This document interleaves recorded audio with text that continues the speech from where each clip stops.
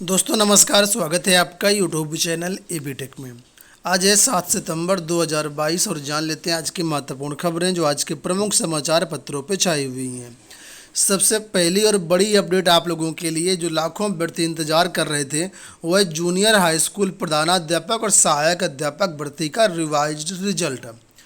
PNP की तरफ से कल यानी मंगलवार को संशोधित रिजल्ट जारी कर दिया गया है। यहाँ पर उसकी आप लोग नोटिस देख पा रहेंगे। पिछला जो रिजल्ट था जो 15 नवंबर 2021 को जारी किया गया था उसको कैंसिल कर दिया गया, रद्द कर दिया गया है और नया रिजल्ट जारी किया गया है। नया जो रिजल्ट है इसमें बताया गया है कि कुल मिलाकर के 2,71,071 अभ्यर्थी पंजीकृत थे, मतलब परीक्षा में सम्मिलित हुए थे सहायक अध्यापक और प्रधानाध्यापक के प्रथम प्रश्न पत्र में, और प्रधानाध्यापक के लिए 14,931 थे। इसमें जो उत्तीर्ण होने वाले अभ्यर्थियों की संख्या है वो देखिए यहाँ पर 42,066 अभ्यर्थी जो हैं वो सहायक अध्यापकों के लिए यहाँ पर एक तरीके से क्वालिफाई हुए हैं और प्रधानाध्यापक वाले में 1,544 अभ्यर्थी क्वालिफाई हुए हैं। यानी पिछली बार की अपेक्षा देखा जाए तो इस बार अभ्यर्थियों की संख्या जो क्वालिफाई हुए हैं वो अपेक्षाकृत कम हुई है। पिछली बार अब थोड़ा सा ज़्यादा अभ्यर्थी क्वालिफाई हुए थे, इस बार संख्या थोड़ी सी कम हुई है। अब इस रिजल्ट को कब से देख पाएंगे, कहाँ मिलेगा रिजल्ट, यहाँ पर देखिए बताया गया है। ये जो रिजल्ट है आप लोग आज 7 सितंबर 2022 दोपहर बाद इस रिजल्ट को चेकआउट कर सकते हैं। updled.gov.in ये वेबसाइट दी गई है, या फिर governmentjobcenter.com के माध्यम से भी आप लोग देख सकते हैं अपना रिजल्ट। जैसा कि समाचार पत्रों के माध्यम से बताया गया था कि कई सारे फेल अभ्यर्थी यहाँ पर पास हो सकते हैं, पास अभ्यर्थी फेल हो सकते हैं। तो पूर्व में जो अभ्यर्थी पास थे, सफल थे, उनकी संख्या करीब 3,369 अभ्यर्थी ऐसे निकल के आई है जो अब की बार फेल हो चुके हैं। यानी लगभग 3,500 अभ्यर्थी पहले सफल थे लेकिन अब ये असफल हुए हैं, और इसके बारे में यहाँ पर पूरी जानकारी देखो दी गई है।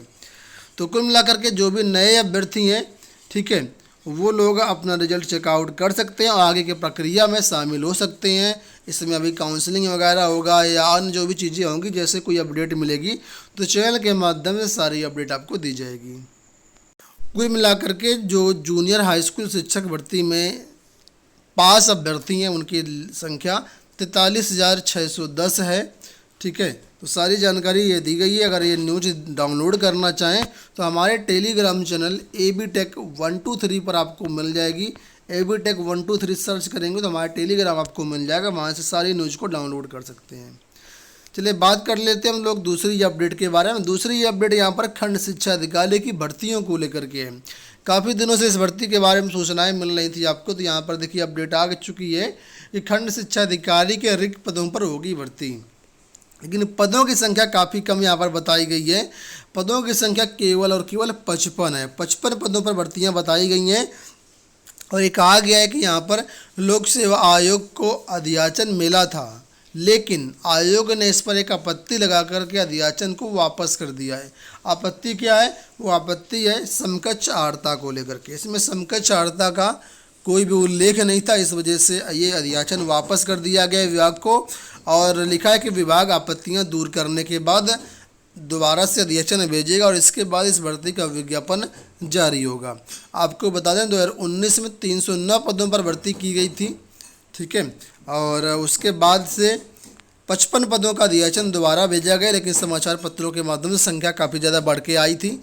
और लेकिन यहाँ पर जो स्पष्ट रूप से दिया गया वो 55 पद ही अभी बताए गए हैं। हो सकता है आने वाले टाइम पर पदों की संख्या बढ़ जाए। तो समकक्ष आर्ता का निर्धारण होने के बाद ही ये विज्ञापन आएगा, तो उम्मीद है कि कुछ समय इसमें अभी और लगेगा। आप लोग जानते होंगे एक माननीय कोर्ट के आदेशानुसार अब जो भी भर्तियाँ होती हैं उसमें समकक्ष आर्ता विज्ञापन में ही स्पष्ट होनी चाहिए। बात कर लेते हैं पीसीएस 2021 की भर्ती मामले को लेकर के, जिसकी सुनवाई कल होनी थी। आप लोग जानते हैं पीसीएस 2021 की प्रारंभिक परीक्षा का रिजल्ट जो है माननीय कोर्ट ने रद्द कर दिया है। उसी के खिलाफ जो आयोग है वो गया है डबल बेंच। तो यहाँ पर देखिए सुनवाई कल हुई है, उसी के बारे में यहाँ पर अपडेट किया गया है कि एकल पीठ के फैसले को लोक सेवा आयोग ने दी है चुनौती और चीफ जस्टिस के बेंच में कल इसकी सुनवाई हुई थी। तो बताया गया है कि इस मामले पर जो सुनवाई हुई है उसमें फैसला सुरक्षित कर लिया गया है। मामले में एकल पीठ के फैसलों को चुनौती दी गई है। एकल पीठ ने पूर्व सैनिकों को 5% क्षैतिज आरक्षण न देने पर परीक्षा का परिणाम रद्द कर दिया था और लोक सेवा आयोग को 5% का आरक्षण देते हुए नए सिरे से परिणाम जारी करने के लिए कहा गया था। लेकिन लोक सेवा आयोग ने इस फैसले को डबल बेंच में चुनौती दी, जिसमें मुख्य न्यायमूर्ति राजेश बिंदल और न्यायमूर्ति जे मुनीर की खंडपीठ ने मंगलवार को सुनवाई की। बात करें इस मामले को लेकर के तो यहाँ पर आयोग का कहना है कि जो 5% भूतपूर्व सैनिक आरक्षण है ये बाद का मामला है, उससे पहले विज्ञापन वगैरह जारी हो चुके थे, इसलिए इस भर्ती में चीज़ें लागू नहीं होती हैं। इस भर्ती की बात करें तो यहाँ पर क्या है कि मुख्य परीक्षा हो चुकी है, इंटरव्यू भी हो चुका है, सिर्फ फाइनल रिजल्ट का इंतजार है यहाँ पर और अब सब कुछ डिपेंड करेगा कोर्ट के आदेश पर। तो फिलहाल फैसला सुरक्षित कर लिया गया, जैसे ही फैसला सुनाया जाएगा तो चैनल के माध्यम से आप लोगों को सारी अपडेट दी जाएगी। बात करते हैं अगली वैकेंसी के बारे में। यहाँ पर देखिए वैकेंसी के शहरों के विकास को 1600 नगर नियोजकों की होगी भर्ती।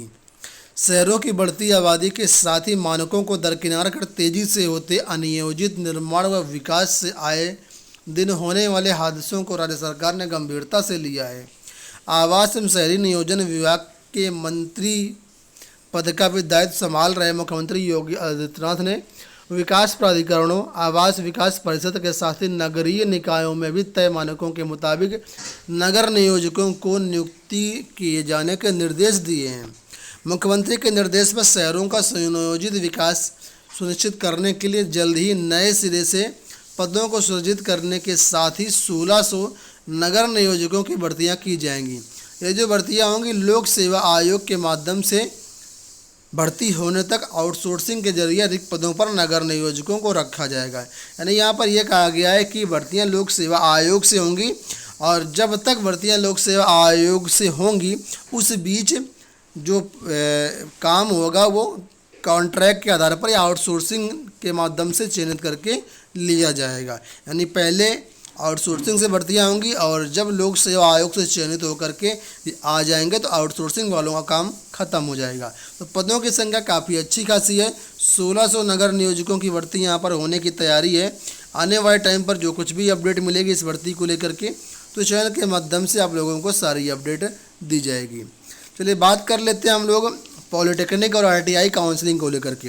तो पॉलिटेक्निक संस्थानों में दाखिले के लिए काउंसलिंग आज से प्रारंभ हो रही है। 3 चरणों में काउंसलिंग होगी। 24 सितंबर से शुरू हो जाएंगी कक्षाएं। तो प्रदेश का राजकीय सहायता प्राप्त और निजी पॉलिटेक्निक संस्थानों में प्रवेश के लिए बुधवार से ऑनलाइन काउंसलिंग शुरू होगी। 23 सितंबर तक चलने वाली काउंसलिंग 3 चरणों में होगी।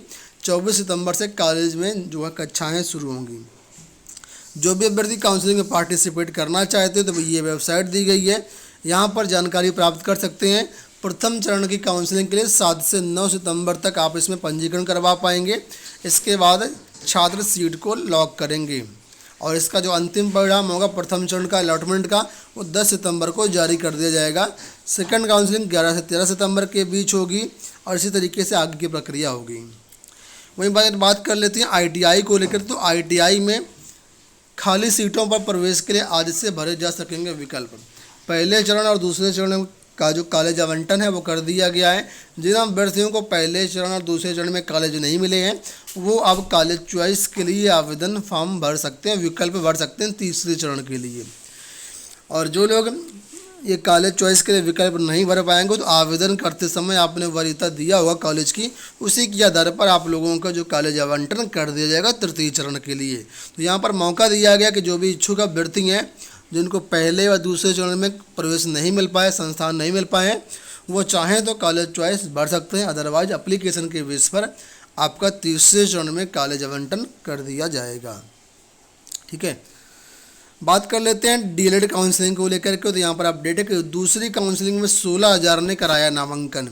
DLED प्रशिक्षण 2022 में दाखिले की दूसरी काउंसलिंग में अंतिम तिथि तक लगभग 16,000 अभ्यर्थियों ने नामांकन के बाद कॉलेज का विकल्प दिया है। पीएनपी की ओर से इन अभ्यर्थियों को कॉलेज आवंटित कर दिया गया है। अब इन्हें कॉलेज में शुल्क जमा करने के साथ ही संबंधित दस्तावेज जांच करवाने हैं। और आपको मालूम होगा कि इस बार डीएलएड में काफ़ी सारी सीटें खाली जा रही हैं।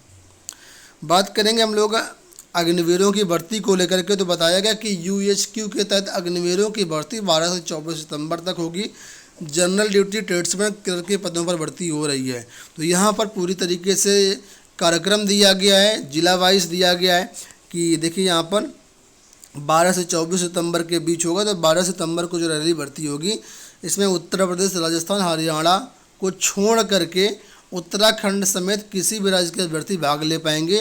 फिर 13 सितंबर, इसके बाद यहाँ पर 14 सितंबर, 16 सितंबर, 17 सितंबर, पूरा 24 सितंबर तक कार्यक्रम दिया गया है डिस्ट्रिक्ट वाइज, स्टेट वाइज। तो यहाँ पर आप लोग इसको देख सकते हैं और इसमें शामिल हो सकते हैं।